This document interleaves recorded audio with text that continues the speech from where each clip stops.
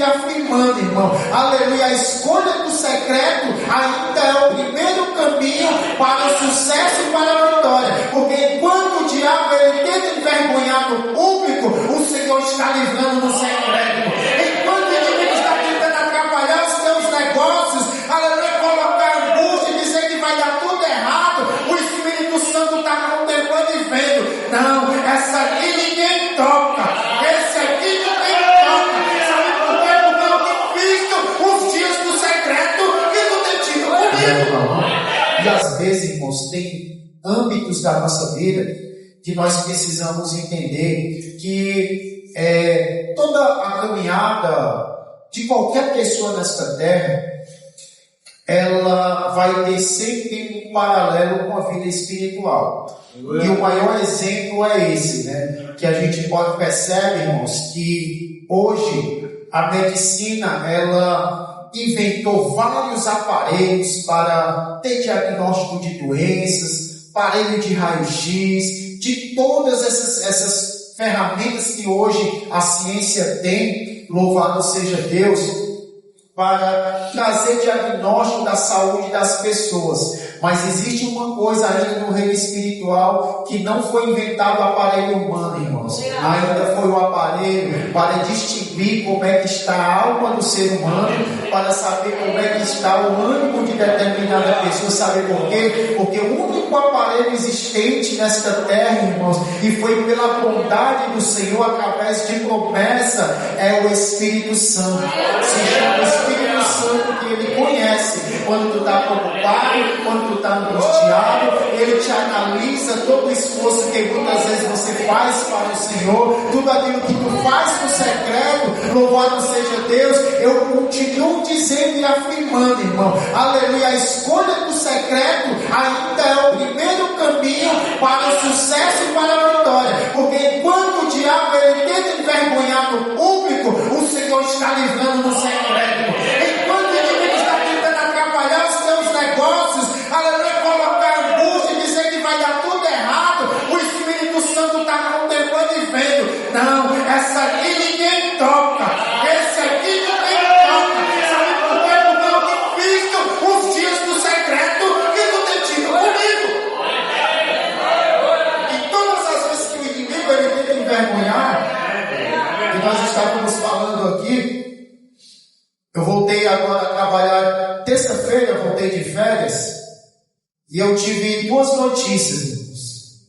Uma muito ruim e uma maravilhosa. A ruim foi que tentaram me prejudicar no secreto. E muitas vezes, irmãos, quando a gente pensa, quando a gente sempre que comenta esse tipo de situação, nós precisamos ter muita humildade de saber que isso não nos faz melhor do que ninguém. Quando Deus te honrar, isso não quer dizer que é porque tu é melhor do que alguém, porque você é o primeiro lugar do Senhor, que o Senhor ama mais você do que os outros, não. Negativo. É pela bondade, misericórdia e graça. E aí, no dia seguinte, o gerente me chamou e disse: Márcio, eu tenho duas notícias para te falar. Eu tenho uma boa e tenho uma ruim. Foi aqui que quer primeiro? Aí eu disse: Davi, como diz o ditado, a gente pega primeiro a ruim, porque a boa consola, né? E ele disse que, pois vamos lá. Aí ele falou que no mês que eu estava de férias, né, houve, porque lá na empresa, irmãos, sempre eles estão pensando em algo para melhorar o colaborador. E a cada dia que passa, a gente vê a ingratidão das pessoas. E a empresa agora inventou algo que já é obrigação nossa. Se você chegar lá e bater o ponto bem direitinho, na risca, tiver ali um atraso só da tolerância mesmo, de 10 minutos, quando chega no final do mês, você ganha R$300. É só tu fazer a tua obrigação. Tu bater o ponto. E aí, existe também as premiações de PLR. Só que quando o colaborador faltou injustamente, e você vai entender que tudo isso tem a ver com a nossa vida espiritual, Porque vai ser sempre assim, as batalhas é para desanimar, é para a gente se desesperar, é para a gente tentar, por quê? Porque o inimigo quer que nós venhamos a tomar decisões erradas. E aí, nesse momento, que tem essas premiações, mas também existe critério. E o critério é, se tiver uma falta injustificada, o colaborador perde o PLR. Eu entendi logo assim, olha aí, o inimigo ele tentando puxar para baixo, só que nós precisamos aprender. A grande lição que o Espírito Santo me deu dessa situação, irmão, é porque assim, tem vezes que a gente olha e se desgasta com coisa que não decide nada na tua vida. Enquanto a empresa, o gerente e a própria Senhor, porque eu entendo que é o Senhor preservando, irmão, aleluia, está ali, enquanto o inimigo está tentando te rebaixar, Deus está promovendo, enquanto o inimigo tenta prejudicar, Deus está valorizando, enquanto nós pensamos que vamos desanimar com palavras negativas, aí o Senhor está dizendo, isso aí é só mais uma coisa, aleluia, para a gente também colocar o pé no chão, e também, irmãos, é importante eu dizer para os irmãos, é o momento também de eu fazer uma análise e tentar fazer o que é que eu posso fazer para aproximar mais dessas pessoas, para cuidar mais ainda. Porque se a gente não fosse cristão, a gente não estava preocupado com isso, irmãos. A gente fazia ela dizer, não, deixa se explodir para lá. Mas como a gente é cristão, a gente não pode muitas vezes ignorar para dar mal descer o nível. Porque é aí onde a gente perde a nossa vez. Irmão, nós estamos aqui diante de um relato muito intenso, aonde após o reinado de Acabe finalizar, a Bíblia diz que o rei chamado Mesa, que era o rei dos Moabitas, após a morte de Acabe, ele se rebela contra o rei de Israel, que naquele período era praticamente a maior província que existia. E nós sabemos, irmãos, que após a monarquia de Salomão, Israel ele foi dividido em duas partes, o reino do norte e o reino do sul. Ora, Israel tinha ali a sua capital, louvado seja Deus, e Judá foi dividida também como outro rei. E agora, nesse período desse texto, o rei de Judá era o rei Josafá, que ele fala nesse texto a mesma coisa que ele diz em 1 Reis, capítulo 22, quando ele é chamado à batalha, e ele é chamado pelo rei para ajudar na peleja, ele fala a mesma coisa, olha, que o meu povo seja contigo, e que meus soldados também serão os teus soldados. E agora a gente contempla uma situação caótica, onde o rei Mesa, ele faz essa revelação, porque na época de Acabe, os impostos que eram ali colocados sobre Moab eram muito pesados. Era 1.000 ovelhas e 1.000 lã ali dos novilhos que eles tinham que dar como pagamento dos impostos. E agora, quando esse rei Mesa ele sabe que Acabe havia morrido, ele agora vai se rebelar, achando uma forma de escapar dos impostos. E nesse contexto, quando nós olhamos que o rei de Judá, quando ele vai ali, o rei Jorão, ele sabe que o rei Mesa não quer mais pagar os impostos, ele desce até o rei de Judá, o rei Josafá, para convocar e a batalha, porque aquele povo não queria mais pagar os impostos. Só que aí, como nós vemos no versículo 7, eles fazem todo o planejamento, porque o cenário da aliança ali era um cenário político de aliança. E Jorão, filho de Acabe, ele assume esse trono de Israel, embora ele não fosse tão idólatra, se você for ler no capítulo 3 do início, mas ele ainda tinha ali algumas foi retirado Baal ali de dentro de Israel, mas ainda assim ele ainda tinha alguns resquícios que ele mantinha ali os pecados de Jeroboão, seu pai. E aí é por isso que quando ele é chamado, aí Eliseu ele vai dar essa repreensão, dizendo: olha, por que tu não vai procurar os deuses do teu pai? Olha, se não fosse por causa, se eu não tivesse nenhum respeito pelo rei Josafá, eu não falaria nem contigo. Porque as tuas práticas, eu não quero nem conversa contigo. E nesse momento, irmãos, o rei Jorão, ele está ali, toma essa decisão juntamente com Josafá. E qual o caminho que eles vão andar? E o rei de Judá, louvado seja Deus, para seguir a peleja dos Moabitas. E no momento que eles vão, a gente não vê no texto, no versículo 7, eles consultando ao Senhor. Eles vêem eles planejando para ir à guerra. Eles planejam o caminho. E esse conflito que ele vai começar, Jorão ele convoca Josafá, ele convoca o rei de Edom, vai para essa expedição, e agora eles escolhem o caminho pelo deserto de Edom. Só, irmãos, que a primeira coisa que nós enxergamos é que todas as vezes, quando nós tomamos uma decisão sem consultar o Senhor, muitas vezes essa dificuldade ela vai se aumentar. Porque às vezes nós queremos tomar decisões e não paramos para consultar ao Senhor. E assim esses 3 reis fizeram. Praticamente, o rei Jorão já estava ali praticamente desviado. Porque no momento que eles começam a andar, a Bíblia diz que não foi no primeiro, nem foi no segundo dia, nem foi no terceiro dia, mas foi no 7º dia, aí faltou água. E aí, irmão, nós precisamos entender que olha o que é que acontece com uma pessoa que está machucada. E muitas vezes nós estamos vendo isso nos dias atuais.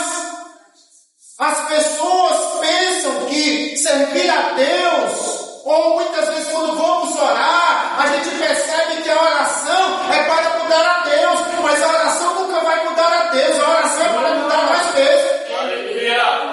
E a primeira coisa que ele diz, olha, será que Deus vai limpar a Deus? Deus os tirou ali de Israel para morrer no deserto, porque já tinha se passado 7 dias, irmãos. Não dava mais para voltar. O gado já estava ali com sede, já não havia mais o alimento, já não havia água, e agora havia uma necessidade. Qual era a necessidade, irmãos? Água, diga água. Quem está comigo, diga glória a Deus. Glória a Deus. Era água, havia essa necessidade. E perceba, no contexto de guerra, o que vai faltar água. Porque a importância da água para uma guerra era muito grande. Quando eles saíam para guerrear, eles tinham que sair com suprimento, eles tinham que sair com água, eles tinham que estar localizados no posicionamento estratégico para que os exércitos pudessem ter estrutura. E muitas vezes o que Deus está nos ensinando nesta noite, irmão, é que nós não podemos sair para a guerra pelejar sem antes se preparar, sem antes entender, louvado seja Deus, porque vai ter um momento que se Deus está dizendo assim, olha, sobe, vai dar certo, mas vai ter um momento também que Deus vai estar dizendo, não é para subir, aleluia, não é pelo monte, aleluia, tem que ir por trás, louvado seja Deus, está no direcionamento do Senhor, hoje é o mais importante. Aleluia. E nós precisamos entender que na hora que ele sai para o deserto de Edom, ele partiu ali o rei de Israel. No versículo 9, Judá e o rei de Edom. E agora, eles estão numa situação, irmãos, porque o exército ele seguia Os animais também o acompanhavam. E agora não tinha mais água. E aí o que fazer quando não se tem mais água? E nós percebemos, irmãos, que quando Deus ele está contemplando nossas atitudes, nós precisamos entender que vai ter momento que os cálculos ele falham. Eles planejaram, eles decidiram, eles escolheram o local para ir, mas quando os cálculos falham, não tome decisões no desespero. O rei de Israel ele começou a murmurar. Capítulo versículo 10. Então disse o quê? O rei de Israel: Ah, Senhor,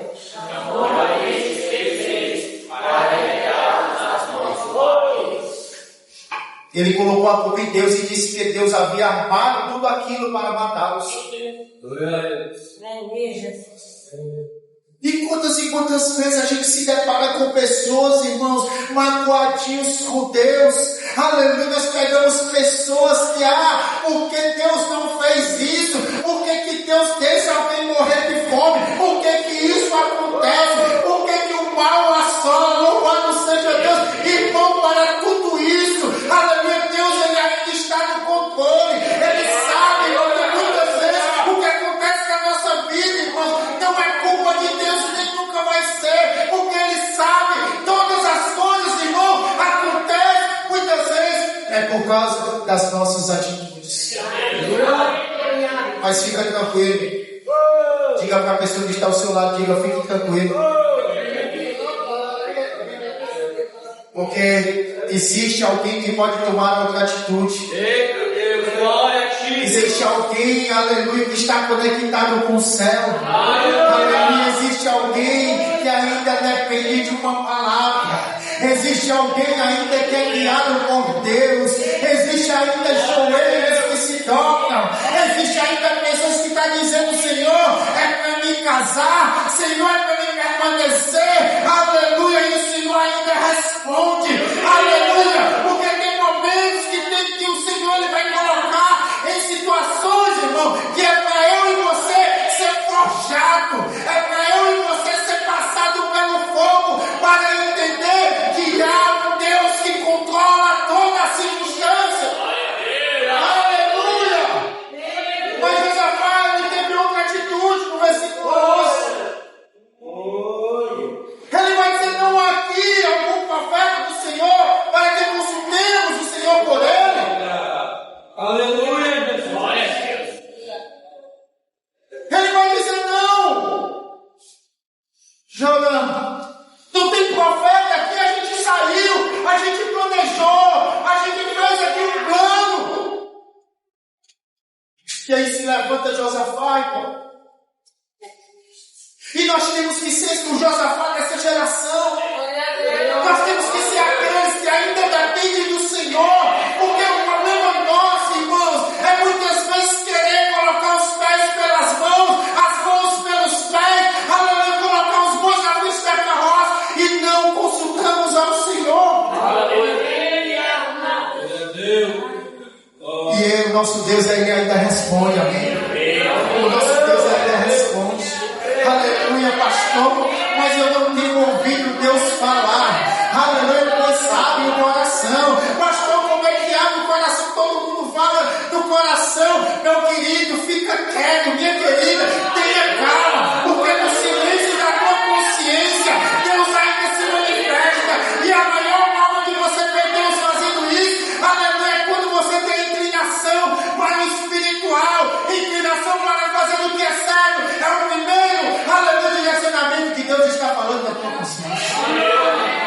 Josafá, ele entendeu que as piores decisões da vida são tomadas no desespero ou na ambição. Porque o motivo de Jorão, ele decidir ir à peleja,